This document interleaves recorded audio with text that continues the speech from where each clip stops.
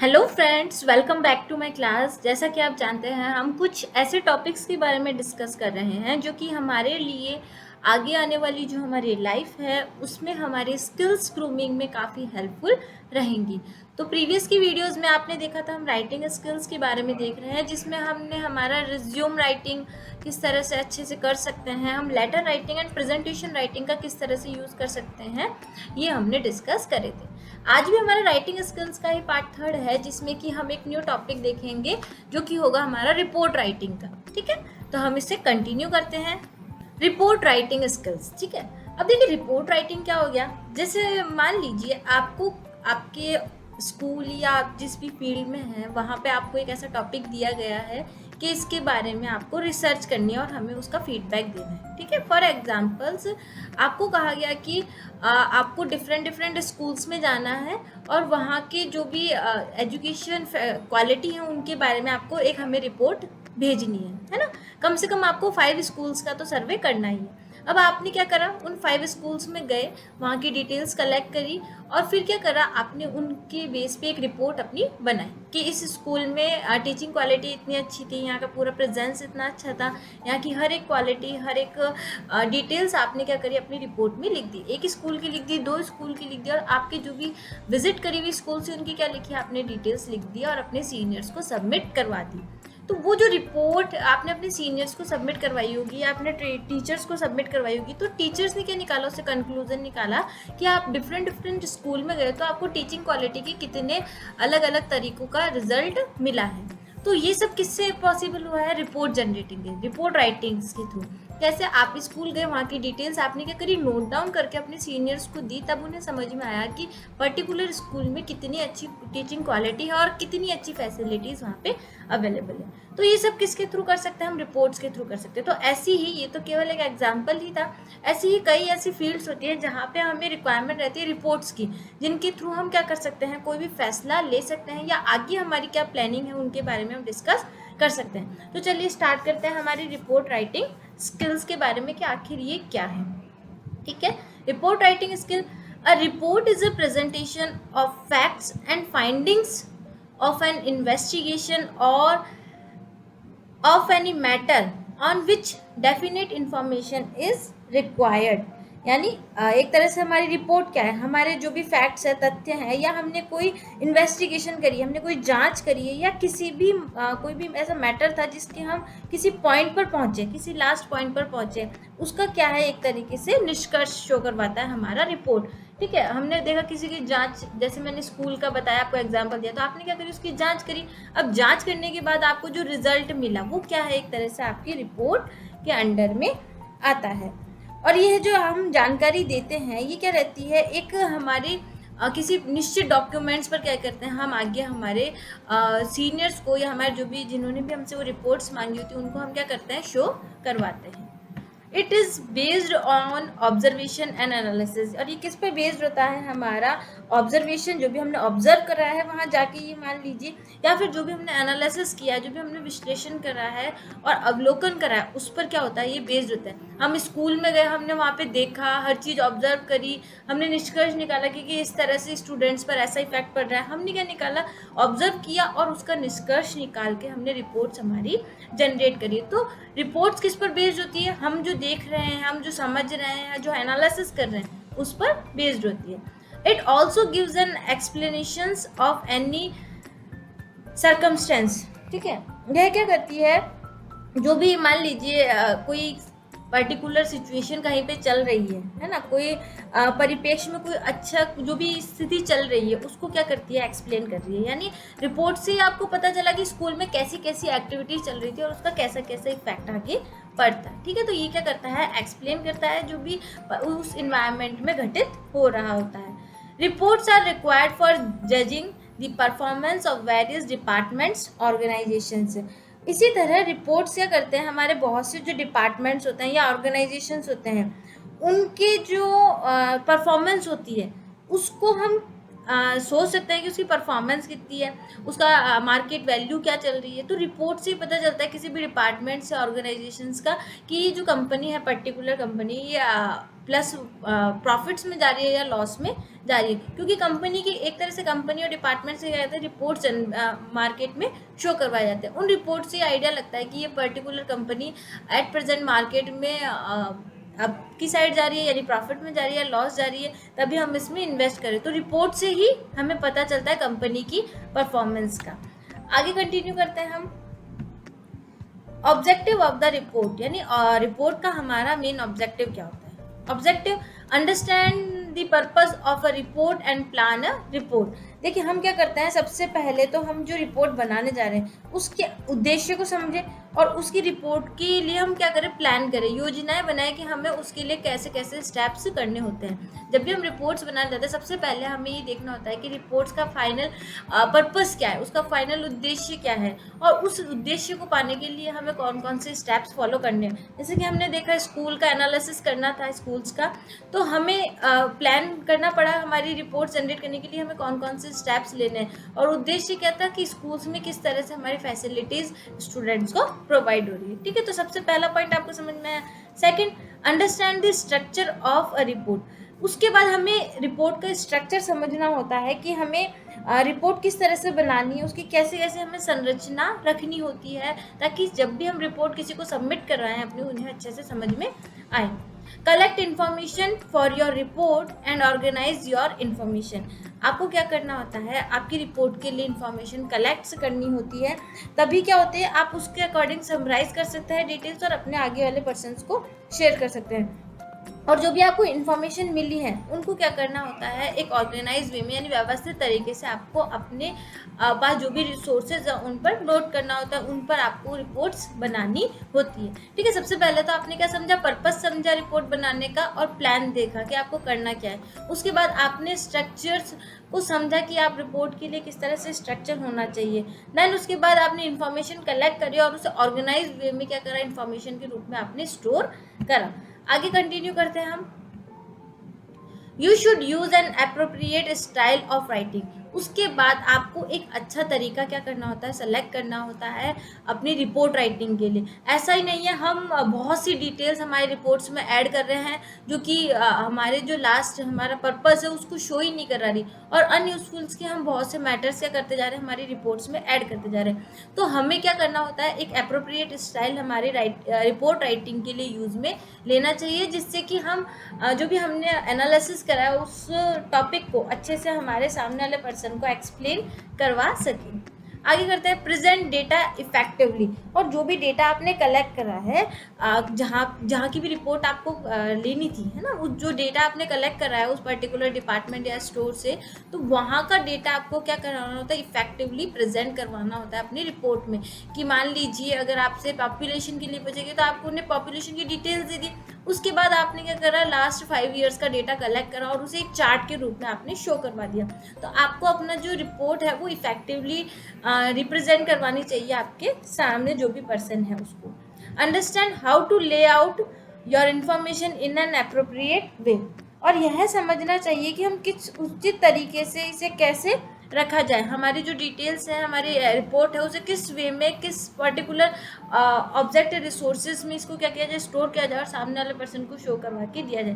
यानी हमें इन्फॉर्मेशन को अप्रोप्रिएट वे सेलेक्ट करना चाहिए कि किस लेआउट में हमें रिपोर्ट्स हमारे सामने वाले पर्सन को शो करवानी होती है। तो रिपोर्ट्स राइटिंग के समय हमें इन टॉपिक्स का ध्यान बहुत रखना होता है। कंटिन्यू करते हैं हम आगे। Types of report writing.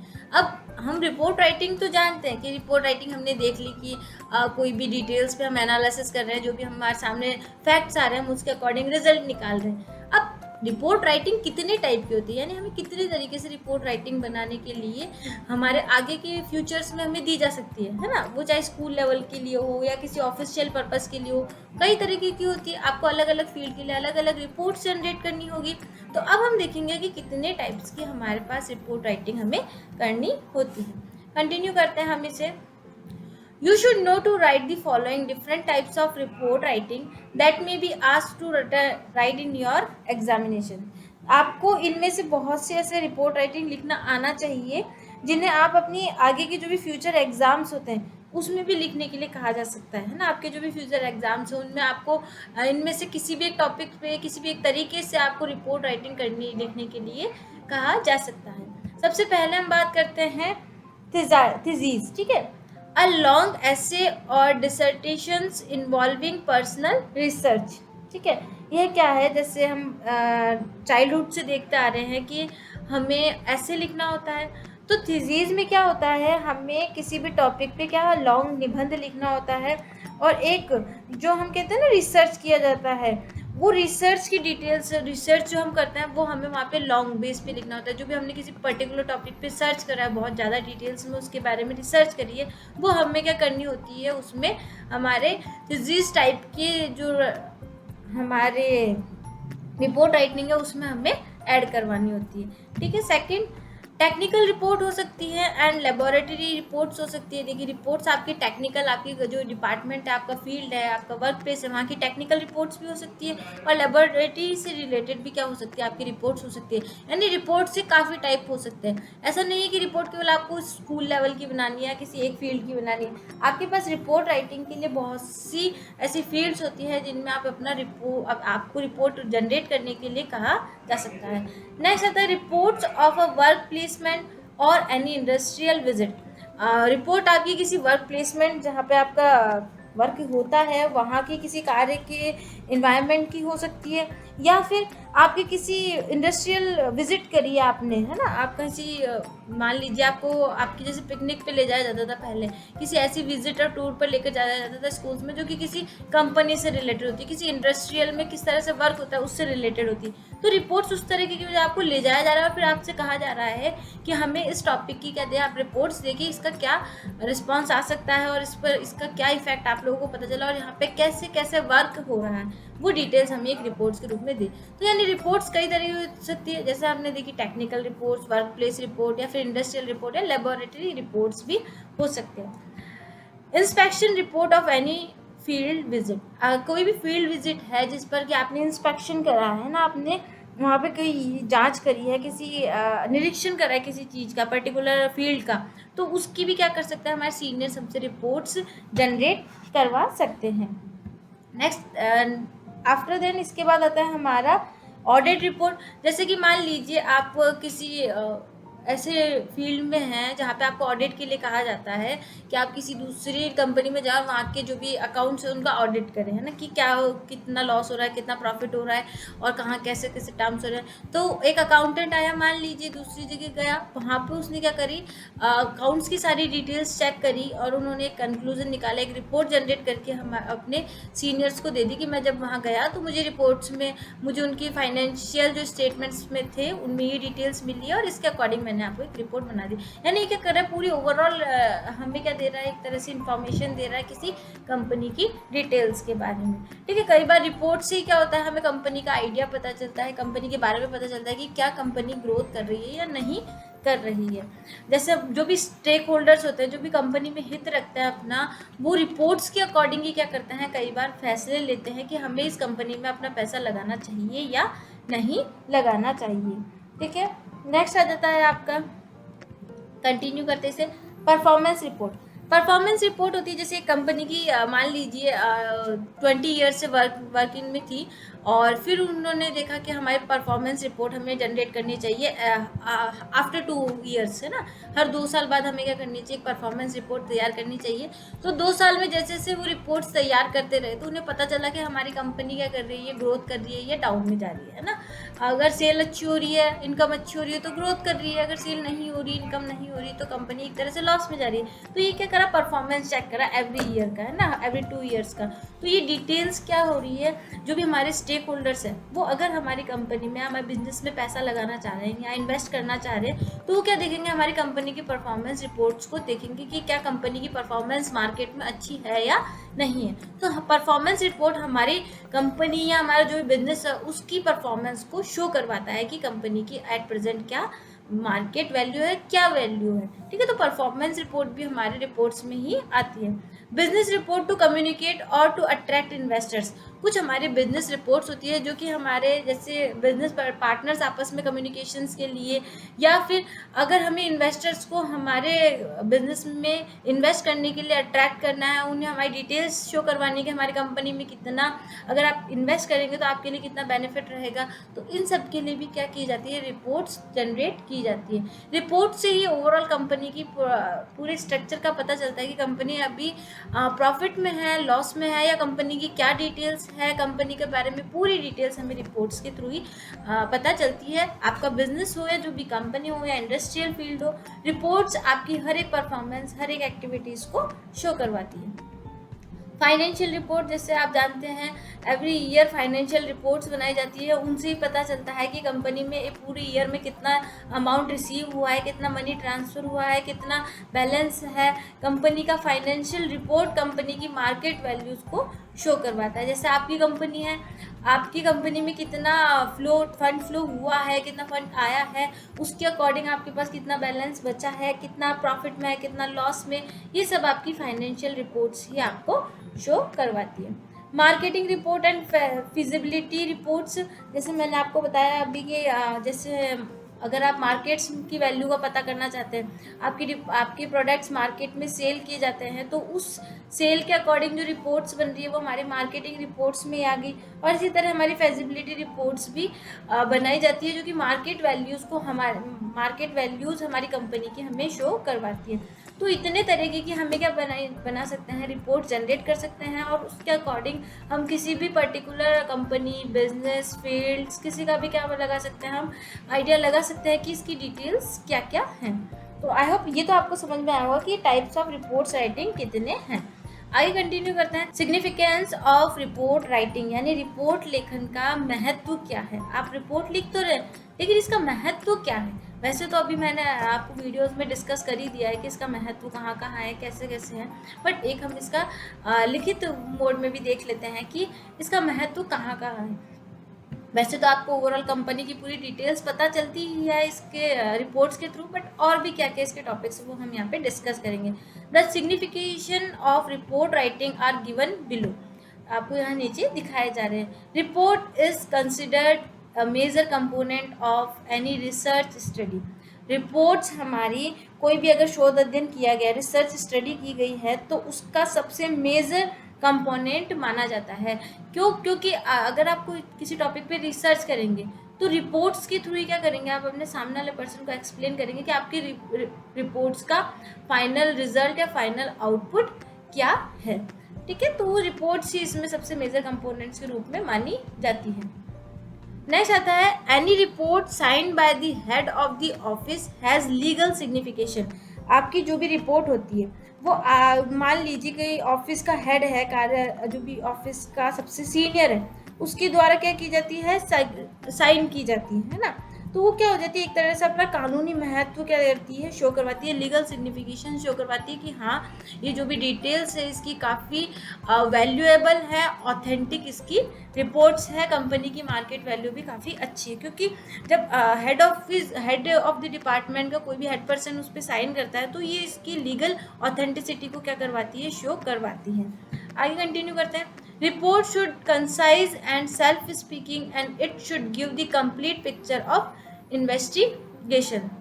Report क्या होती है हमारी, एक तरह से संक्षिप्त होती है और सेल्फ स्पीकिंग होनी चाहिए। क्योंकि ये रिपोर्ट्स ही क्या होती है, जो भी इन्वेस्टिगेशन, जो भी हमने जांच करी है उसकी कंप्लीट पिक्चर, उसकी जो हमने बारे में सोचा है, जो हमने जांच करी है उसकी कंप्लीट पिक्चर को क्या करवाती है, शो करवाती है सामने वाले पर्सन को। तो रिपोर्ट से ही पता चलता है कि क्या जांच की गई और उसके अकॉर्डिंग किस रिजल्ट पर पहुंचा गया है। तो ऐसी रिपोर्ट्स होनी चाहिए जो सेल्फ स्पीकिंग होनी चाहिए, जो पूरी डिटेल्स दे दे कि रिपोर्ट्स के थ्रू जो हमने एक तरह से इन्वेस्टिगेशन करा है उसका क्या रिजल्ट निकला है, और उसके अकॉर्डिंग क्या क्या आगे के ऑप्शंस पे सर्च किया जा सकता है, या आगे के लिए क्या प्लानिंग की जा सकती है। तो हमें रिपोर्ट राइटिंग के समय ध्यान देना चाहिए कि हमारी रिपोर्ट्स ऐसी होनी चाहिए जो कि एक बार में ही बता दे कि आपने आखिर क्या डिटेल्स देखी है। तो चलिए आगे कंटिन्यू करते हैं हम इसी में, हमारे टॉपिक में, कि आगे क्या है इसमें, कि इसका रिपोर्ट लेखन का हमारा महत्व क्या है। A good report is always fact finding and not fault finding. एक जो अच्छी रिपोर्ट बनी हुई होती है वो फैक्ट फाइंडिंग होती है, ना कि फॉल्ट फाइंडिंग, है ना, कि वो अच्छे जो हमने रिसर्च करी है उसमें कौन कौन से फैक्ट्स होते हैं उनको शो कराने में हमारी रिपोर्ट्स काफ़ी हेल्पफुल रहती है। ये नहीं कि वहाँ पे कौन सी फॉल्ट्स थी, है ना। एक अच्छी रिपोर्ट्स जो अच्छे फैक्ट्स होते हैं उनको शोज कराने में भी काफ़ी हेल्पफुल रहती है। आगे कंटिन्यू करते हैं। Report should communicate the planning and policies, so writing any report should needs skills and draft carefully.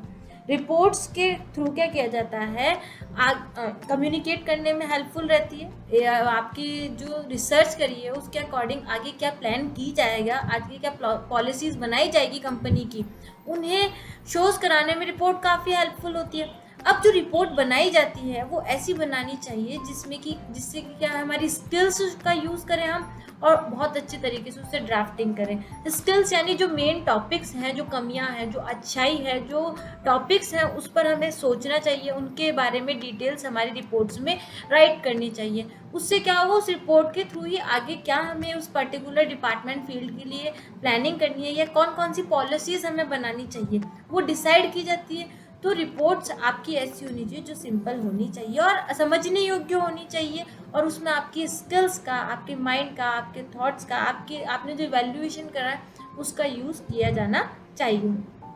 Good report should be drafted in simple and clear language. जैसा कि मैंने अभी आपको बताया, जो गुड रिपोर्ट्स होती है, अच्छी रिपोर्ट्स होती है, वो हमेशा सिंपल और क्लियर लैंग्वेज में क्या की जानी चाहिए, ड्राफ्ट की जानी है। ड्राफ्ट यानी उसको बनाना चाहिए ना, अच्छे तरीके से उसको ड्राफ्ट करना चाहिए। ठीक है, कंटिन्यू करते हैं हम।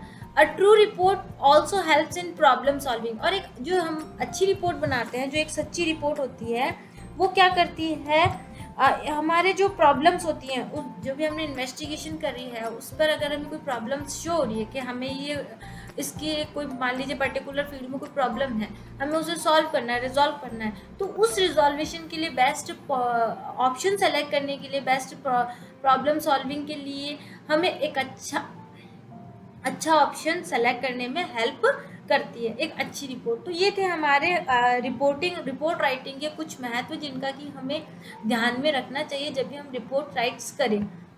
ठीक है, देखिए रिपोर्ट राइट्स केवल किसी ऑफिस या उसमें नहीं, आपको तरह तरह की फील्ड्स में रिपोर्ट राइटिंग से रिलेटेड वर्क करना होता है।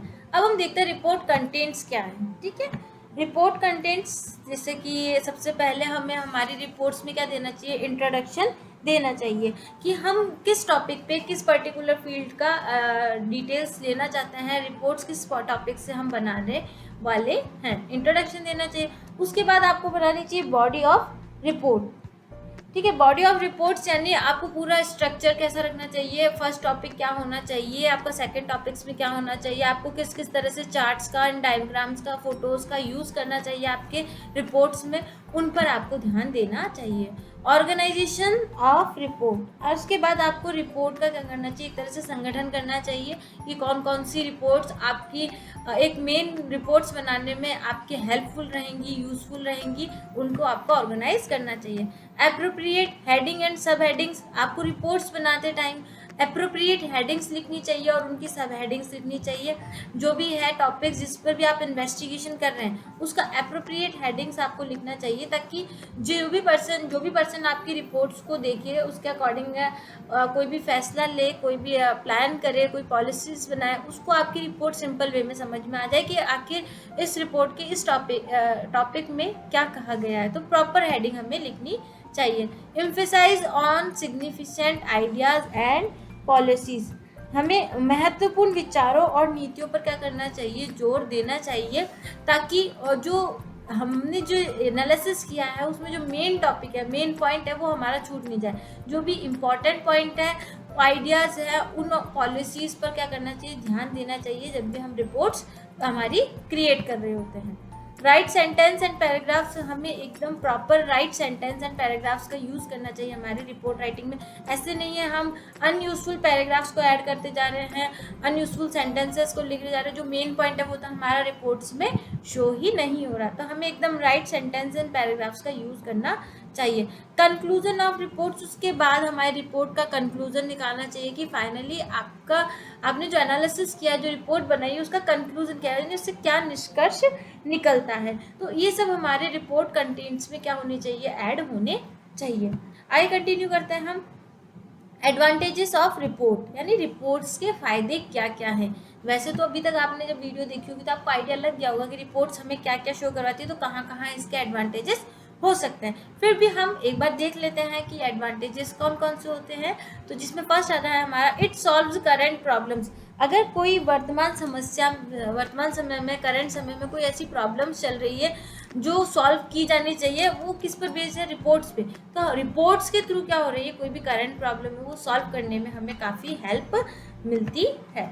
आगे चलते, इट डिस्क्लोज अननोन इन्फॉर्मेशन।